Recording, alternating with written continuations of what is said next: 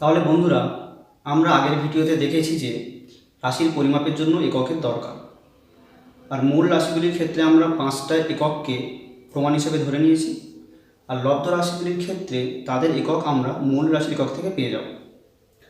যেমন বেগ একটি লব্ধ রাশি, সরণ বাই সময়, তার এসআই একক হচ্ছে মিটার পার সেকেন্ড। বল ভর ইন্টু ত্বরণ, সেখান থেকে ভর ইন্টু বেগ বাই সময়, ত্বরণ মানে বেগ বাই সময়, বেগ মানে আবার সরণ বাই সময়, তো সেখান থেকে ভর ইন্টু সরণ বাই সময়ের স্কোয়ার। এক্ষেত্রে বলের এসআই একক কী হবে? ভরের এসআই একক কেজি, সরণের মিটার, সময়ের সেকেন্ড, তাহলে এসআই একক KG metre per second square, CGS একক gram centimetre per second square. তো এ পর্যন্ত তো সব ঠিকঠাকই ছিল, কিন্তু প্রবলেম হলো ব্যবহারিক ক্ষেত্রে আমরা বলের এসআই একক হিসাবে KG metre per second square না লিখে আমরা নিউটন লিখি।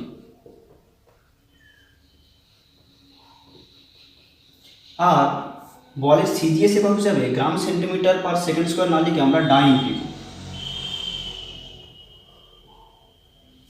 একই রকমভাবে শক্তি বা কার্যর ক্ষেত্রে এসআই একক হিসাবে আমরা জুল লিখি, সিজিএস একক হিসাবে আর্গ লিখি। ঠিক আছে, এর ফলে কি হলো, বেগের ইউনিট থেকে আমরা যেমন দেখতে পাচ্ছি যে বেগ মূল রাশিগুলির সাথে কেমনভাবে সম্পর্কিত, কেমন না সরণ বা দূরত্বের সাথে সমানুপাতিক, সময়ের সঙ্গে ব্যস্তানুপাতিক। কিন্তু বলের ক্ষেত্রে এই ব্যবহারিক একক নিউটন বা ডাইন দেখে আমরা কিন্তু বুঝতে পারছি না অ্যাকচুয়ালি বল রাশিটি কিভাবে মৌলিক রাশিগুলির সাথে সম্পর্কিত। সমস্যাটা হলো এখানে। একইভাবে জুল বা আর্গ দেখে আমরা কি বুঝতে পারছি যে অ্যাকচুয়ালি শক্তি বা কার্য রাশিটা কীভাবে মূল রাশিগুলির সাথে সম্পর্কিত? বুঝতে পারছি না। তো সেজন্যই আমাদের মাত্রা বলে একটা বিষয়ের দরকার হয়ে পড়েছে। মাত্রাটা কি না, কোনো রাশির একককে আমরা যা হিসেবেই লিখি না কেন, যদি তার মাত্রাটা আমরা জানতে পারি, সেক্ষেত্রে সে কীভাবে মূল রাশিগুলির সাথে সম্পর্কিত তা আমরা বুঝতে পারব। তাহলে মাত্রা কাকে বলে? যে রাশিমালার দ্বারা কোনো ভৌত রাশি মূল রাশির সাথে কীভাবে সম্পর্কিত তা আমরা বুঝতে পারি, তাকে বলা হবে সেই ভৌত রাশির মাত্রা। কিন্তু এখন মিটারও সরণকে বোঝায়, সেন্টিমিটারও সরণকে বোঝায়, কিলোমিটারও সরণকে বোঝায়। তাহলে আমাদের একটা নির্দিষ্ট সিম্বল দরকার যেটা দিয়ে আমরা সরণকে বোঝাবো। সেক্ষেত্রে দৈর্ঘ্য, দূরত্ব বা সরণের মাত্রা হিসাবে বা সিম্বল হিসাবে আমরা কি ধরে নিলাম? এল। সময়ের সিম্বল হিসেবে আমরা ধরে নিলাম টি। এরকম আরও কতগুলো মৌলিক রাশি রয়েছে, সেগুলির জন্য আমরা নির্দিষ্ট সিম্বলকে ধরে নিলাম। দৈর্ঘ্যের জন্য এল, ভরের জন্য এম, সময়ের জন্য টি, প্রবাহ মাত্রার জন্য আই, তাপমাত্রার জন্য থিটা, এবং এই দুটোর জন্য যথাক্রমে এন এবং জে। এগুলি হচ্ছে সব এই রাশিগুলির মাত্রা। ঠিক আছে, তো আমরা তাহলে বেগের মাত্রা কি পাবো? L by T. কিন্তু এখানে একটা নিয়ম আছে। কি নিয়ম না, আমরা হরে কোনো রাশিকে বা কোনো সিম্বলকে রাখতে পারবো না, সবসময় তাকে লবে লিখতে হবে। মানে এখানে হবে এ টি টু দি পাওয়ার -1। বোঝা গেল? বেগের মাত্রা তাহলে হলো কি? এল টি টু দি পাওয়ার -1। এখন বেগ যেভাবে মৌলিক রাশিগুলির সাথে সম্পর্কিত, নিশ্চয়ই প্রাথমিক বেগ, অন্তিম বেগ, গড় বেগ, তাৎক্ষণিক বেগ এরা সবাই একইভাবে সম্পর্কিত। তাহলে বেগের মাত্রা যদি এল টি টু দি পাওয়ার -1 হয়, প্রাথমিক বেগ, অন্তিম বেগ, গড় বেগ এদের সবার মাত্রা কিন্তু এল টি টু দি পাওয়ার -1 হবে। একই রকমভাবে শক্তির মাত্রা যা হবে, যে কোনো শক্তি, তড়িৎ শক্তি, তাপ শক্তি, রাসায়নিক শক্তি, যান্ত্রিক শক্তি, স্থিতিশক্তি, এদের সবার কিন্তু মাত্রা সেম হবে। ঠিক আছে, তাহলে এবার আমরা কতগুলো রাশির মাত্রা বের করে ফেলি। যেমন বেগের মাত্রা আমরা পেলাম এল টি টু দি পাওয়ার -1। তাহলে ত্বরণের ক্ষেত্রে কি হবে? বেগ বাই সময়, মানে বেগের পরিবর্তন বাই সময়, আমি বেগ বাই সময় লিখছি। বেগের মাত্রা এক্ষুনি বের করেছি, এল টি টু দি পাওয়ার -1, সময়ের মাত্রা টি। আগেই বলেছি সবগুলোকে উপরে লিখতে হবে লবে, তাহলে এল টি টু দি পাওয়ার -2। একইভাবে বলের ক্ষেত্রে কী হবে? ভর ইন্টু ত্বরণ, ভরের মাত্রা এম, এদিক থেকে দেখা যাচ্ছে ভরের মাত্রা এম, ত্বরণের মাত্রা এল টি টু দি পাওয়ার -2। তাহলে বলের মাত্রা M L T to the power -2। তো বলের মাত্রাটা মনে রাখবে, এটা অনেক জায়গায় লাগে। ঠিক আছে। একই রকমভাবে চাপ, বল বাই ক্ষেত্রফল, বলের মাত্রা আমরা জানি mL/2, ক্ষেত্রফল মানে এল স্কোয়ার, দৈর্ঘ্য ইন্টু দৈর্ঘ্য এল স্কোয়ার, তাহলে mL/1 t²। এরকমভাবে যে কোনো রাশি বের করতে পারবো। আরও কয়েকটা বের করি। আধান,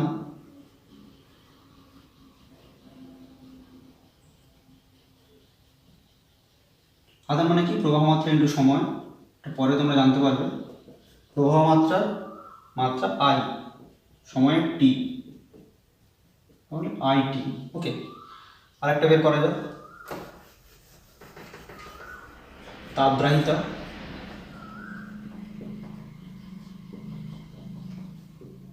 এটা মানে কি? গৃহীত তাপশক্তি বাই তাপমাত্রার পরিবর্তন।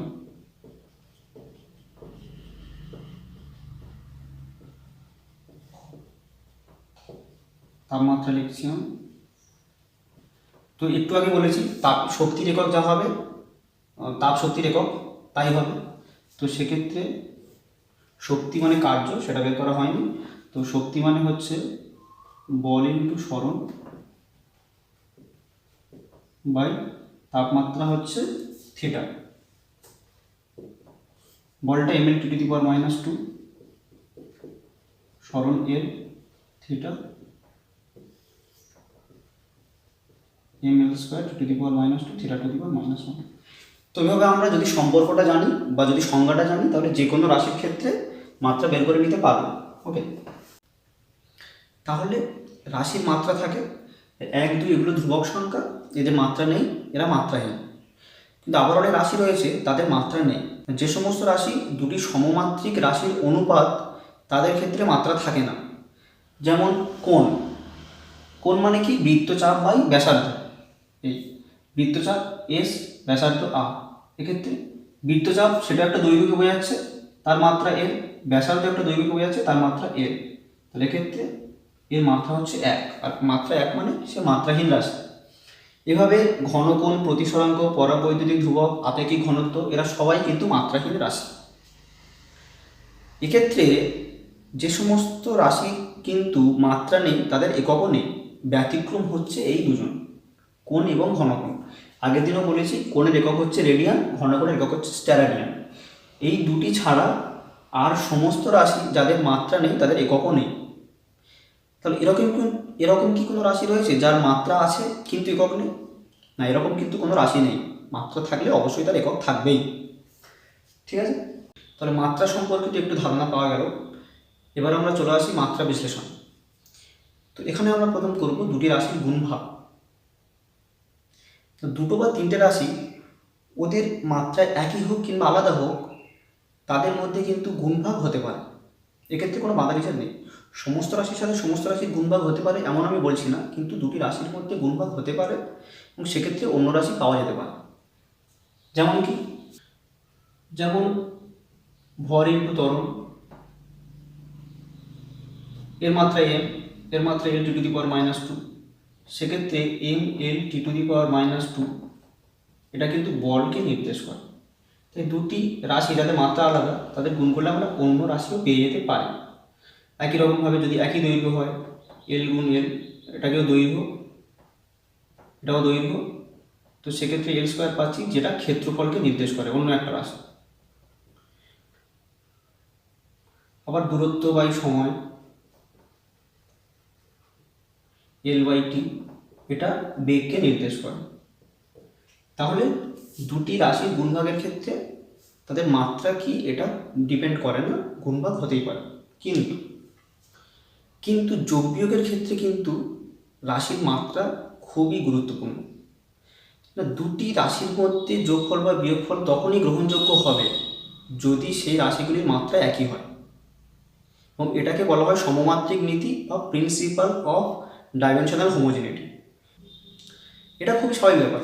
5 মিটারের সঙ্গে 2 মিনিট যোগ হয় কি, বা 2 লিটারের সাথে 5 ঘন্টা যোগ হয় না। 5 কেজির সাথে 2 গ্রাম আলাদা হলেও মাত্রা যদি একই হয় যোগ করা যায়। ঠিক আছে, 5 কেজি 2 গ্রাম হয়তো দুটো আলাদা একক কিন্তু মাত্রা একই, যোগ বিয়োগ করা যাবে। ঠিক আছে, তাহলে মাত্রা একই থাকলে সেই রাশিগুলির মধ্যে যোগ বিয়োগ করা যাবে। তাহলে যেমন ধরো a plus B minus C plus D, এটি গ্রহণযোগ্য হবে কখন? যখন এ বি সি ডি প্রত্যেকের মাত্রা একই হয়। ঠিক আছে, তো এটার উপরে আরও কিছু আমি দেখি।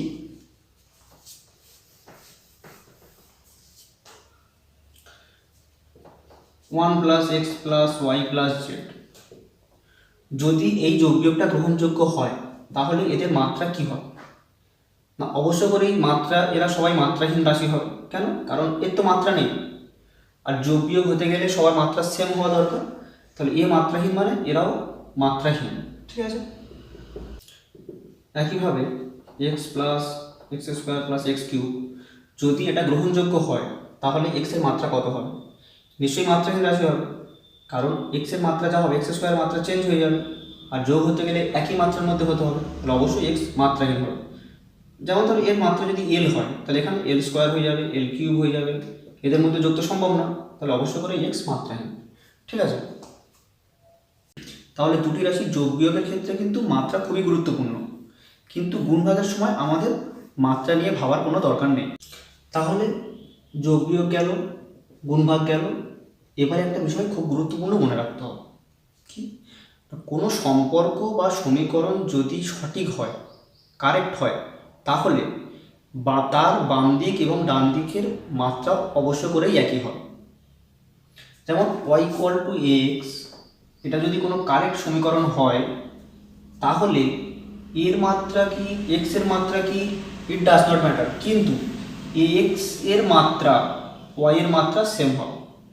ঠিক আছে, আবার যদি দেখা যায় A equal to A X plus B C, তো এখানে এই সমীকরণে এর মাত্রা যা হবে অবশ্য করে এর মাত্রা সেম হতে হবে, কারণ মাত্রা সেম না হলে তো যোগ বিয়োগ হবে না, আবার সমীকরণের দুদিকের মাত্রা একই হতে হবে।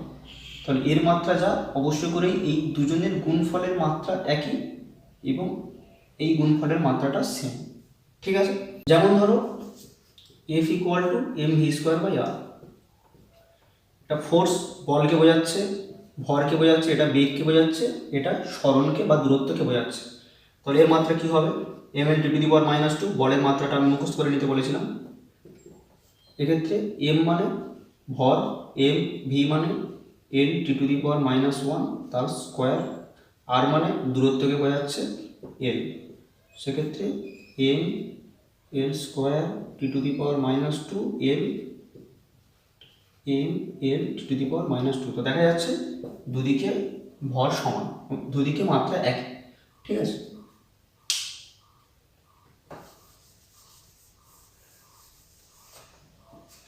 আরেকটা সমীকরণ আমরা দেখি, S equal to UT plus half AT square, এটা একটা ঠিক সমীকরণ, তাহলে অবশ্য করে দুদিকের মাত্রা সেম হবে। তো এস মানে অতিক্রান্ত দূরত্ব, ইউ প্রাথমিক বেগ, টি সময়, এ মানে ত্বরণ, টি মানে সময়, তাহলে অতিক্রান্ত দূরত্বের মাত্রা এল, এর ক্ষেত্রে এটা বেগ L T to the power minus one, T মানে সময়, তাহলে এল টি কেটে যায়, তাহলে সেম মাত্রা হলো। এর ক্ষেত্রে অবশ্য করে সেম মাত্রা হবে, এ মানে ত্বরণ L T to the power minus two, T মানে টি স্কোয়ার, দেখে নাও আগে করেছি, টি স্কোয়ার কেটে গেলে এল, তাহলে তিনটি রাশির সব মাত্রা কিন্তু একই। ঠিক আছে, তো এরকমভাবে কোনো কারেক্ট সমীকরণ বা সম্পর্কের বাম দিক এবং ডান দিকের মাত্রা কিন্তু অবশ্য করেই একই হবে।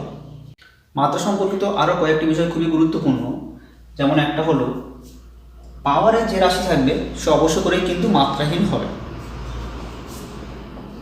যেমন ওয়াই সমান ই টু দি পাওয়ার যদি এক্স হয়, এক্স যদি কোনো রাশিকে প্রকাশ করে এ অবশ্য করেই মাত্রাহীন হবে।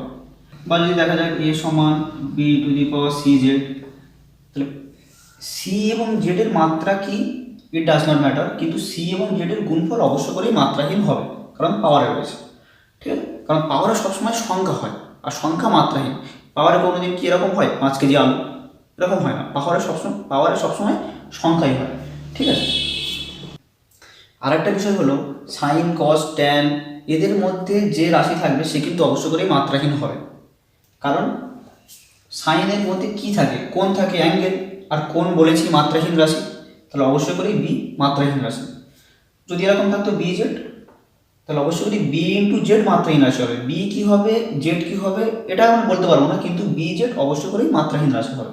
ঠিক আছে, তাহলে পাওয়ারের রাশি থাকলে তা মাত্রাহীন রাশি হয়, এবং কোণ বোঝালে সাইন কস ট্যান এগুলোর মধ্যে যা থাকবে তারা মাত্রাহীন রাশি হয়।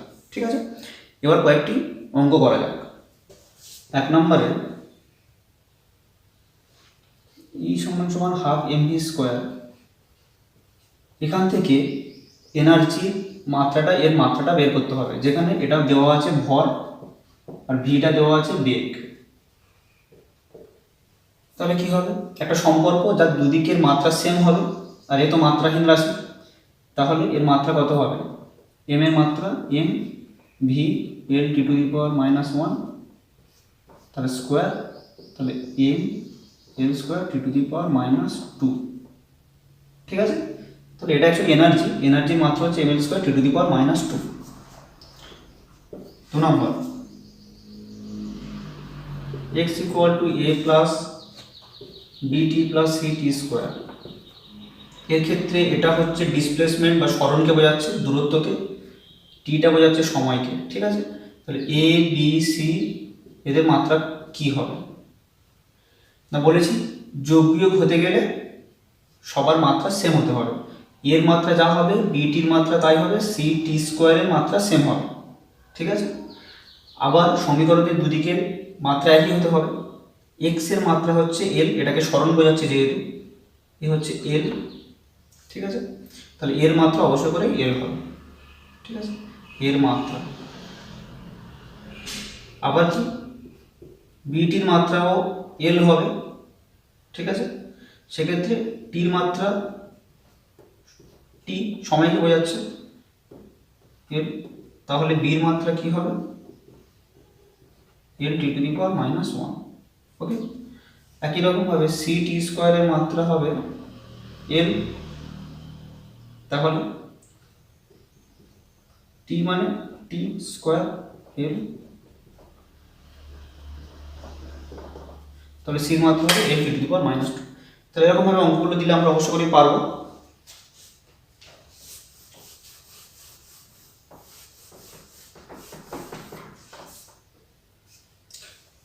তিন নম্বরে দেখা গেল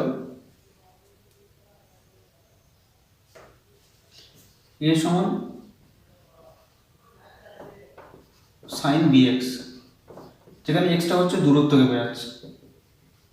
ঠিক আছে, তাহলে আমি কি বলেছি, সাইনের মধ্যে যা থাকবে সে মাত্রাহীন হবে, তাহলে বিএক্স মাত্রাহীন মানে মাত্রা 1।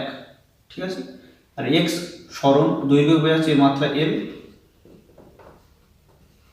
তাহলে বির মাত্রা হবে L two the power -1। Okay.